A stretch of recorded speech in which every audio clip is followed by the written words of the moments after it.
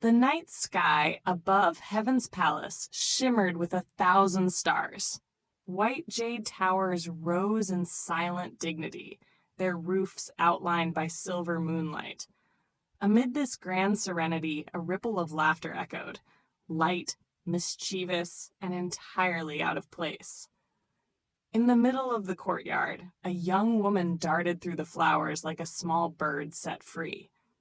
It was Mier, lively and curious, her every step leaving petals trembling in her wake.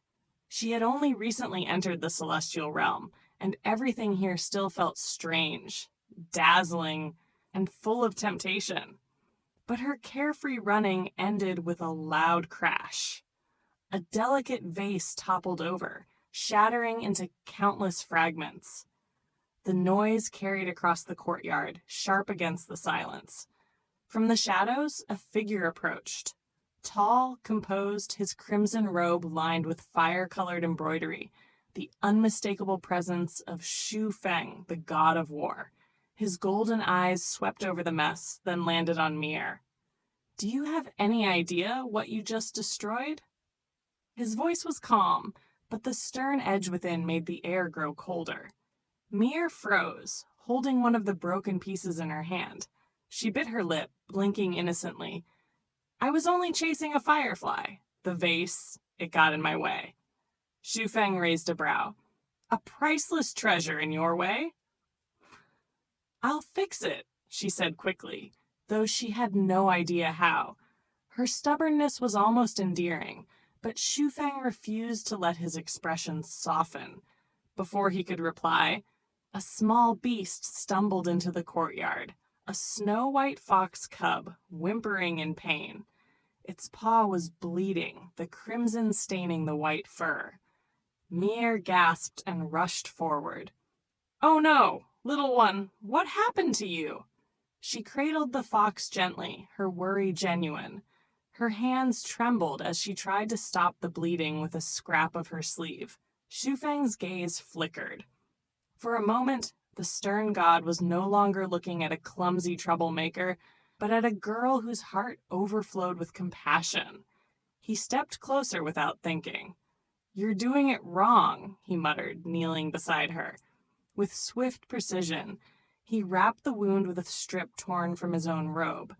His movements were practiced, steady. Mier glanced at him, eyes wide. You care about it too?" "It's just a beast," Shu Feng replied coldly, standing up. But his hand lingered a moment on the fox's fur before he turned away. Mier tilted her head, a smile tugging at her lips. "For someone who calls it just a beast, you seemed rather gentle." Shu Feng ignored her, his back straight as he left the courtyard, yet in his chest an unfamiliar warmth had begun to stir. That night, the Heaven Palace glowed with lanterns. In her chamber, Mier sat beside the fox cub, watching it breathe softly in its sleep. A single candle flickered, casting her face in gold. She whispered, "You'll be fine, I promise." Unseen, Shu Feng stood outside her door. He had come to check, perhaps to scold again, yet found himself silent. Through the crack, he watched her sitting quietly, her normally lively face softened with tenderness. The sight caught him off guard. His hand hovered at the door, but he did not enter. Instead, he turned away into the night, his footsteps echoing against the empty corridor. Elsewhere in the palace, another figure lingered under the stars. Run Yu, the gentle crown prince, stood in a pavilion surrounded by lotus ponds. He looked toward Mier's chamber, his expression calm, yet his eyes revealed a depth of feeling. He had noticed her innocence from the very beginning, her laughter brightening the otherwise solemn halls. And though he often kept his emotions hidden behind a mask of serenity, a quiet affection was beginning to take root. "Mier," he murmured softly, as though testing the name against the night air. The sound vanished into the stillness, unheard by anyone but the lotus blooms swaying in the breeze.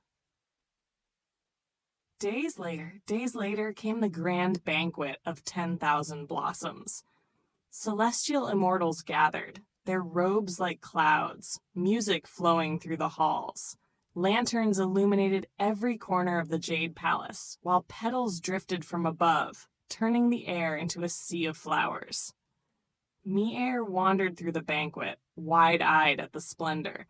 She nibbled on spirit fruits, sampled immortal wine, and exclaimed at every new sight.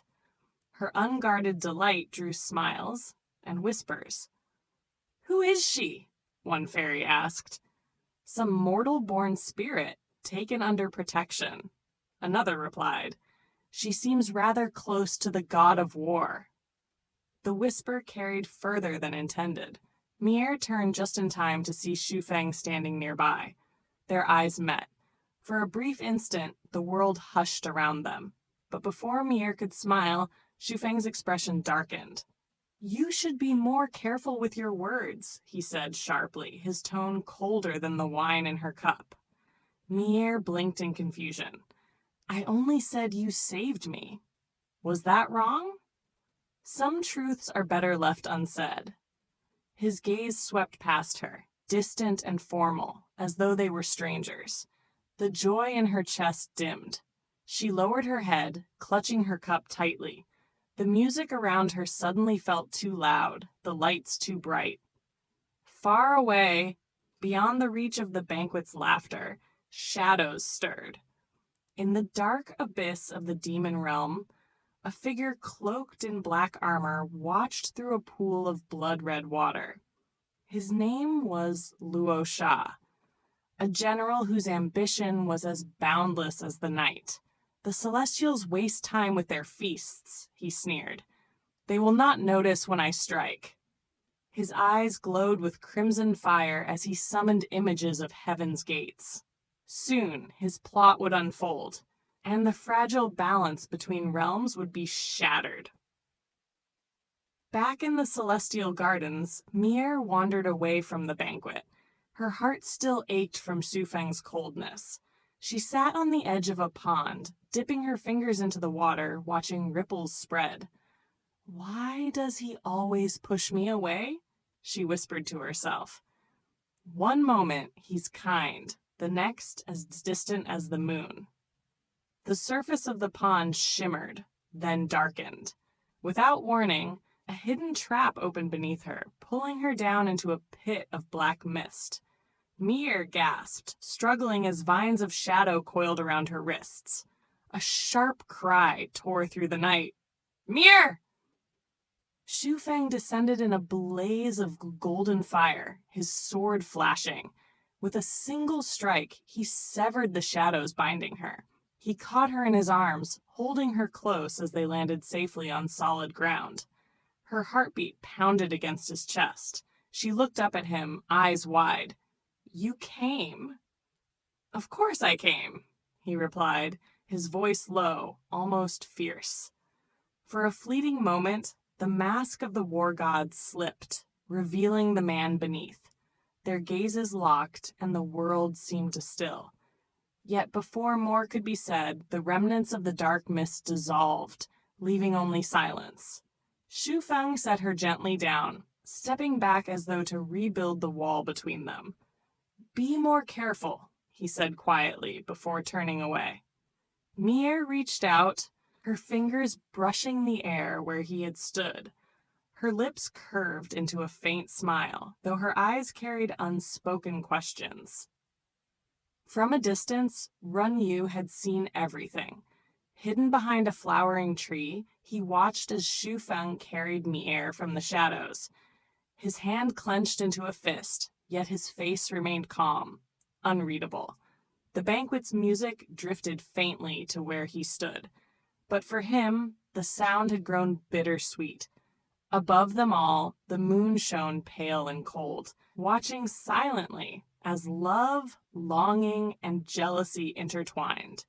The night in heaven seemed tranquil, but beneath the surface, storms were gathering, storms that would soon test every bond and every heart.